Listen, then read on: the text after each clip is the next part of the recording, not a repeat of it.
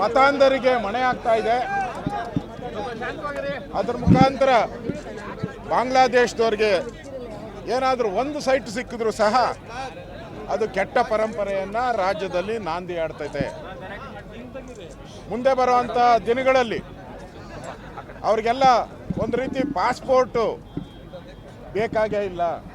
ಬಾಂಗ್ಲಾದೇಶದಿಂದ ಡೈರೆಕ್ಟಾಗಿ ಬೆಂಗಳೂರಿಗೆ ಬರೋಕ್ಕೆ ಇದೇ ಸಾಕು ಹಬ್.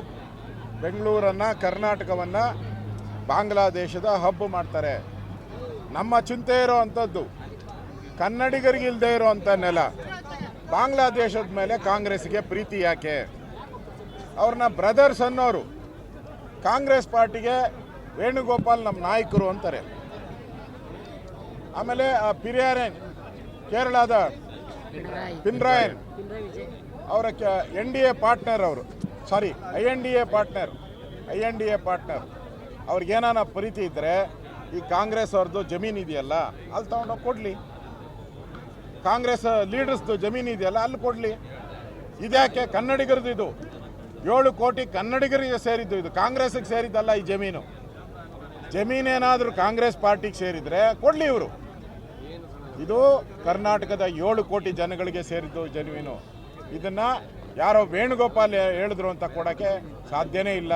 ಈ ಹೊಸ ಸಂಪ್ರದಾಯ ಹಾಕಿದ್ರೆ ರಾಜ್ಯದಲ್ಲಿ ಒಂದು ರೀತಿ ದಂಗೆಯ ವಾತಾವರಣ ಎದ್ದೊಳ್ತದೆ.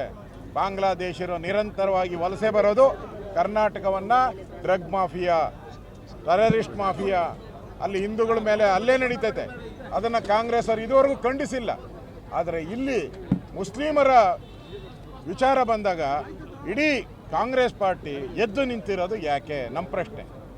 ಬಾಂಗ್ಲಾದೇಶದಲ್ಲಿ ಹಿಂದೂಗಳಿಗೆ ಆದರೆ ಕೊಲೆ ಆದ್ರೂ ಕೇಳಲ್ಲ. ಇಲ್ಲಿ ಮುಸಲ್ಮಾನರಿಗಾದರೆ ಕೇಳ್ತಾ ಇದ್ದಾರೆ. ಇದು ಅಕ್ಷಮ್ಯ ಅಪರಾಧ. ಇದು ನಾವು ಪ್ರಾರಂಭ ಮಾಡಿದ್ದೀರಿ. ಯಾವುದೇ ಕಾರಣಕ್ಕೂ ಈ ವಿಚಾರವನ್ನು ಇಲ್ಲಿಗೆ ಬಿಡಲ್ಲ.